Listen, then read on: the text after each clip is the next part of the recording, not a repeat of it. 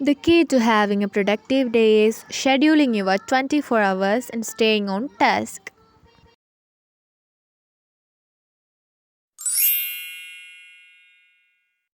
If you are a student, try this ratio. You can definitely crack any of the exam after using this rule.